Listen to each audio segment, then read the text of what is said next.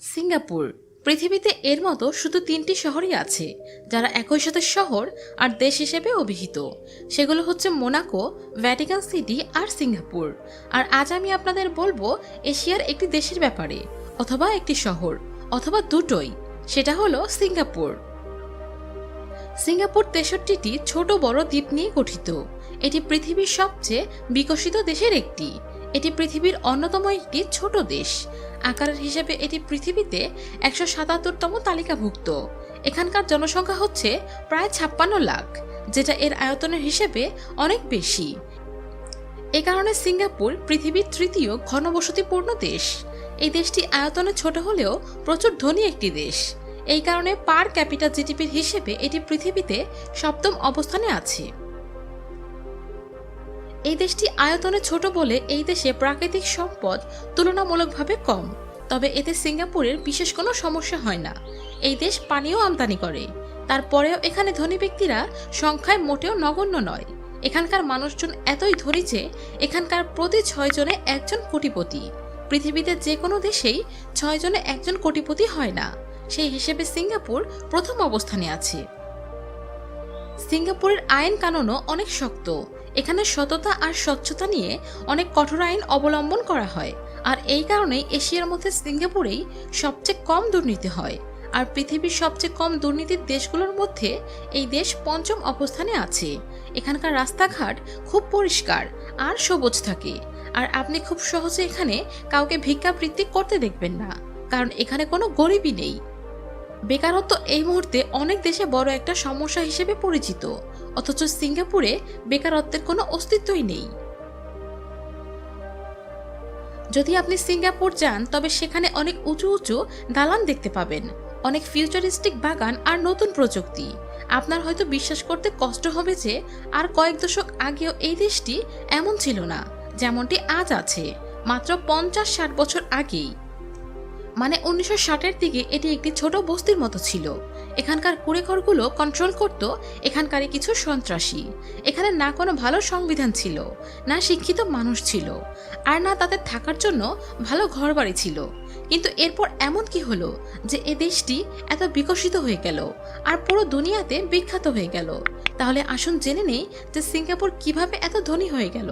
তো বন্ধুরা, অবশ্যই ভিডিওটি সম্পূর্ণ দেখবেন।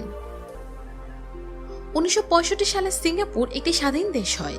তখনকার নতুন সরকার দেশটিকে আরও মজবুত আর বিকশিত করার চিন্তা করল। আর 1970 থেকে এই দেশটির অর্থনৈতিক সূচক উন্নত হতে লাগলো। আর এখন এই দেশটিকে তো দেখতেই পাচ্ছেন, যেখানে যে কেউ ঘুরতে অথবা বসবাস করতে চায়। প্রথমে সিঙ্গাপুর নানান ধরনের সমস্যায় জর্জরিত ছিল। সেগুলোকে ধীরে ধীরে সমাধান করে দেশটিকে বিকশিত করা হয়েছে। সেই সমস্যাগুলোর একটি ছিল বেকারত্ব। আর সরকার চেয়েছিল এখানকার নাগরিকরা যাতে আরও দায়িত্ব সচেতন হয়। এ কারণে সেই দেশে একটা অভিনব কর ব্যবস্থা আর পেনশন সুবিধা চালু করা হলো। সব দেশের সরকার নাগরিকদের কাছ থেকে এ কারণে কর নেয়, যাতে পরবর্তীতে তাদের প্রয়োজন মেটাতে পারে। সিঙ্গাপুরের সরকারও সেটাই চেয়েছিল, কিন্তু তারা আরেকটু মাথা খাটালো, একটু ভিন্ন কিছু করলো। এখানে আপনি কর দিতে পারবেন, আর ওই অ্যাকাউন্টে আপনি এখন পর্যন্ত মোট কত টাকা ট্যাক্স দিয়েছেন সেটা আপনি ট্র্যাকও করতে পারবেন, যেমনটা আপনি আপনার ব্যক্তিগত ব্যাংক অ্যাকাউন্টের বেলায় করে থাকেন। প্রয়োজন পড়লে আপনি আপনার চিকিৎসা খরচের জন্য, বাড়ি কেনার জন্য, অথবা শেষ বয়সের পেনশনের জন্য আপনি সেই ট্যাক্সের টাকাকেই ব্যবহার করতে পারবেন। এই পলিসির কারণে মানুষ ট্যাক্স দেওয়ার সময় এমনটা মনে করে না যে তারা সরকারকে ট্যাক্স দিচ্ছে। তাদের মনে হয় যে তারা নিজেদের জন্যই সঞ্চয় করছে। পরবর্তী যে সমস্যাটা 1960 সালের দিকে সিঙ্গাপুরে ছিল সেটা হলো বসত বাড়ির। ওই সময়ে এখানকার মানুষজনের কাছে থাকার জন্য একটা ভালো বাড়িও ছিল না। তো এই সমস্যার সাথে সিঙ্গাপুর কিভাবে লড়াই করলো? এর জন্য সরকার হাউজিং ডেভেলপমেন্ট বোর্ড গঠন করলো, যার উদ্দেশ্য ছিল 5 বছরে 50,000 নতুন বাড়িঘর তৈরি করা। 1961 সালে এখানকার বস্তি এলাকায় আগুন ধরে যায়, যেখানে প্রায় 43 লাখ স্কয়ার ফিট এলাকা জুড়ে থাকা কুঁড়েঘর জ্বলে ছাই হয়ে যায়। তখন এখানে যাদের কাছে মাথা গোঁজার ঠাঁই ছিল না তাদের জন্য সরকার থাকার জন্য নতুন ফ্ল্যাট দেয়, সেটাও প্রায় 1 বছরের মধ্যে।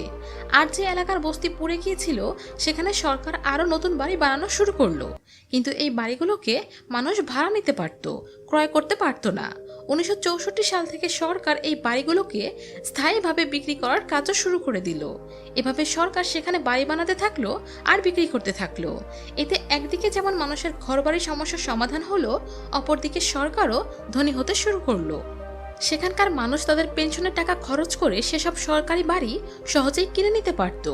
এই কারণে 2016 সাল পর্যন্ত সিঙ্গাপুরের প্রায় 90% লোক নিজেদের বাড়িতে বাস করে, যেখানে থেকে প্রায় 80% বাড়ি মানুষ নিজে বানায়নি বা কোনো প্রাইভেট কোম্পানিও বানিয়ে দেয়নি, বরং সেখানকার সরকারই সেগুলো বানিয়ে বিক্রি করেছে। এতে লাভবান দুই পক্ষই হয়েছে, সেখানকার সরকার আর সেখানকার নাগরিকরাও। আর সরকার কর্তৃক তৈরি করা বাড়িগুলো কিনতেও বেশ সস্তা, এ কারণেই মানুষ তা সহজেই ক্রয় করতে সক্ষম হয়। এসব করার মাধ্যমে সিঙ্গাপুর তাদের দেশকে আরো অনেক বেশি উন্নত করে ফেলেছে, যার কারণে এখানে নতুন নতুন কোম্পানি আর ইন্ডাস্ট্রি গড়ে উঠল। এসব কারণে এখানকার বেকারত্বের সমস্যা একদমই দূর হয়ে গেল। যখন কর্মসংস্থান বাড়তে থাকলো, তার সাথে পাল্লা দিয়ে মানুষও সচ্ছল হতে থাকলো। এ কারণে যখন 1965 সালে সিঙ্গাপুরের মাথাপিছু আয় $500 ছিল, সেখানে 1991 সালে $14,500 সেটা উন্নীত হলো। অর্থাৎ মাত্র 16 বছরে এত উন্নতি। আর এদের উন্নতি এখানেই থেমে থাকলো না। আজ 2019 সালে এদের মাথাপিছু জিডিপি এসে দাঁড়িয়েছে $65,672।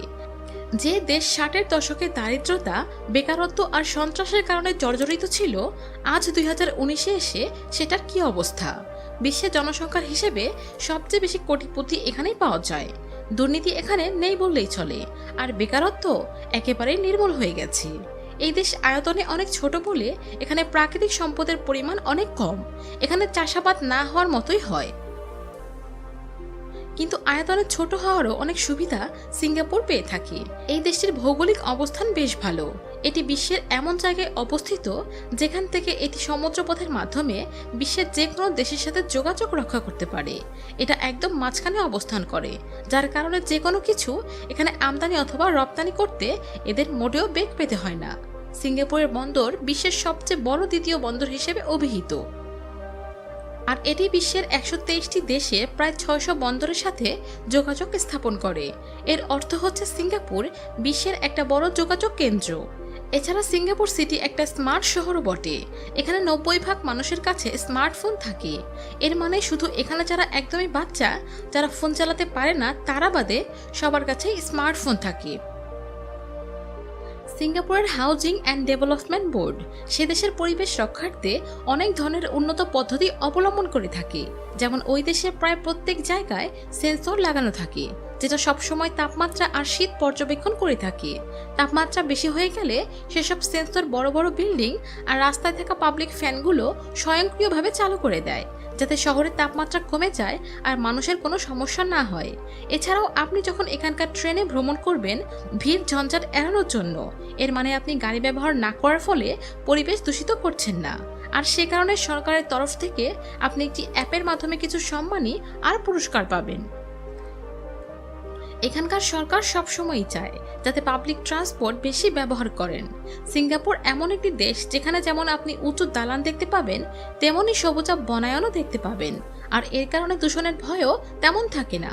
এরই কারণে সিঙ্গাপুর অনেক বেশি পর্যটনের জন্য আকর্ষণীয়, আর এখানে ঘোরার জন্য অনেক জায়গা রয়েছে। আর সবচেয়ে মজার ব্যাপার হচ্ছে এখানকার পর্যটন কেন্দ্রগুলো মাত্র কয়েক বছর আগেই তৈরি করা হয়েছে, মানে এগুলো আগে ছিল না। যেমন সিঙ্গাপুরে তৈরি হওয়া ইউনিভার্সাল স্টুডিও এখানকার খুব বিখ্যাত পর্যটন কেন্দ্রের মধ্যে অন্যতম, যেটা 2008 সালে বানানোর কাজ শুরু করা হয় আর 2010-এ এটি উন্মুক্ত করে দেওয়া হয়। 2010 সালে সিঙ্গাপুরের অনেক বিখ্যাত একটি ল্যান্ডমার্ক মেরিনা বেচ স্যান্ড রিসর্টের উদ্বোধন হয়। এই রিসর্টে 2561 রুমওয়ালা হোটেল আছে, শপিং মল আর প্রদর্শনী কেন্দ্রও আছে। এই হোটেলে আপনি ইনফিনিটি পুলও পাবেন, আরও অনেক কিছু এই মেরিনা বেচ স্যান্ড রিসর্টে পাবেন। এখানকার আরেকটি বিখ্যাত জায়গা হচ্ছে গার্ডেন্স বাই দ্য বে। এটি একটি প্রাকৃতিক পার্ক যেটি 250 একর জায়গা নিয়ে বিস্তৃত। এই গার্ডেনে প্রতি বছর হাজার হাজার টুরিস্ট আসে। একে বানানোর উদ্দেশ্য শুধু সৌন্দর্যই প্রদর্শন করা নয়, বরং শহরের দূষণকে রক্ষা করাও ছিল। মন মাতানো চমকদার সব আবিষ্কার, চোখ ধাঁধানো গ্যাজেট বা বাজারে আসা নতুন প্রযুক্তি ও আগামী দিনের প্রযুক্তি সম্পর্কে জানতে সাবস্ক্রাইব করুন আমাদের নতুন চ্যানেল টেক হাউসকে। লিংকের জন্য ভিডিও ডেসক্রিপশন দেখুন।